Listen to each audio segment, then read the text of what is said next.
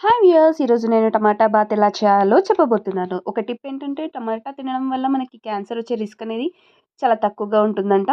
So, ఇప్పుడు మనం రెసిపీకి కావాల్సిన పదార్థాలేంటో చూసేద్దాం. ఈ ఆకు, పట్ట, లవంగం, జీలకర్ర, జీరా, కరివేపాకు, ఇంకా పచ్చిమిర్చి పక్కన పెట్టుకోవాలి. తర్వాత ఒక ఆనియన్ గూడా కట్ చేసి పక్కన ఉంచుకోవాలి. తర్వాత జింజర్ గార్లిక్ పేస్ట్ కూడా రెడీగా ఉంచుకోవాలి. తర్వాత 4 టమాటోస్ కట్ చేసి దాన్ని పేస్ట్‌గా చేసుకొని పక్కన ఉంచుకోవాలి.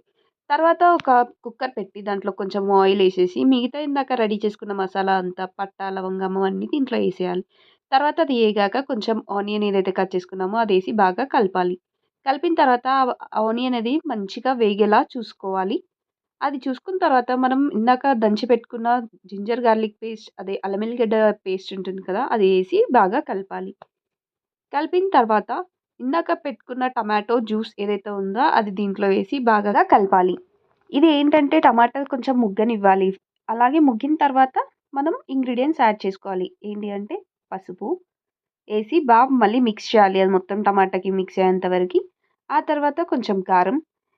కారం కూడా వేశాక మళ్ళీ ఒకసారి కలపాలి. దాని వల్లనే కొంచెం టేస్ట్ అనేది వస్తుంది. అది కారం అనేది పట్టుకుంటుంది టమాటోకి. ఆ తర్వాత ఒక చెంచా ఉప్పేసి కలపాలి.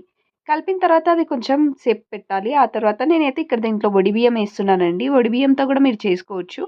ఏసేసి నేనైతే ఒక 2 గ్లాసుల పొడి బియ్యంకి 4 గ్లాసెస్ వాటర్ అనేది యూజ్ చేయాలి. 4 గ్లాసెస్ వాటర్ అయితే ఏసాను. ఏసేసి ఏసిన తర్వాత కొంచెం బాగా కలపాలి. ఎందుకంటే అడుగంటుకుంటుంది గదా!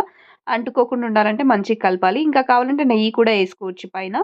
ఆ తర్వాత కుక్కర్ పెట్టేసి 3 విజిల్స్ వచ్చాక మీరు దించేసుకుంటే అంతే. వేడి వేడి టమాటో బాత్ రెడీ. చూడ్డానికి బావుంది కదా! మీకు గూడా ఊరిలిస్తున్నాయి కదా! తినాలనుకుంటే వెంటనే వెళ్లి చేసేసుకోండి. చిటికెలో అయిపోతుంది. Thanks for watching the video. Like, share and subscribe to my channel VR vlogs.